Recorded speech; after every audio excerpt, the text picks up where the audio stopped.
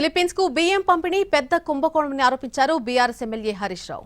కేంద్ర ప్రభుత్వ సంస్థకు కాకుండా ప్రైవేట్ వాళ్లకు ఎందుకు ఇచ్చారని ప్రశ్నించారు.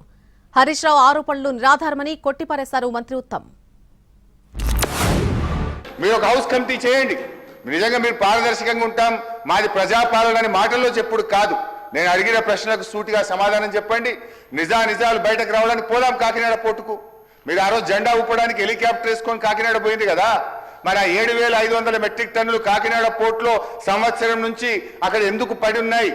వాటి పరిస్థితి ఏంది మంత్రి గారు చెప్తారా? దాంట్లో వచ్చిన నష్టం ఎంత?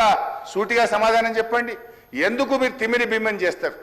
ఒక ఘరానా మోసగాడిని ఈడీ సిబిఐ కేసులో ఉన్నవాడిని రాష్ట్ర ప్రభుత్వం కనీసం చూసుకోకుండా అడ్వైజర్గా ఎట్లా పెట్టింది అధ్యక్ష? ఒకవేళ మంత్రి గారు మీకు నిజాయితీ ఉంటే నేను స్పీకర్ గారి ద్వారా ఈ ప్రభుత్వాన్ని డిమాండ్ చేస్తా ఉన్నా, ఒక హౌస్ కమిటీ వేయండి, దీంట్లో జరిగిన అవినీతిని రుజువు చేయడానికి నేను సిద్ధంగా ఉన్నా. ప్రేమ్చంద్ గర్గ్ అనే వ్యక్తికి ఫిలిప్పీన్స్ రైస్ ఎక్స్పోర్ట్ కి ఏమీ సంబంధం లేదు. మీకెవరి మీద ఇంట్రెస్ట్ ఉండొచ్చు, మీరెవరి మీద రికమెండ్ చేసిండ్రు, మీరు చేసిండ్రు. టెలిఫోన్లో ఫోన్ చేసి చెప్తే దాన్ని ఎంక్వైరీ చేస్తారు.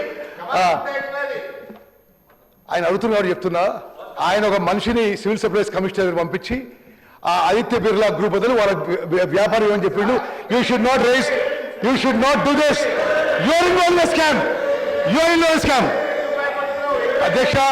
అధ్యక్ష హరీష్ రావు గారు, ఇటువంటి విషయాలు నార్మలీ హౌస్లో ప్రస్తావించాను నేను.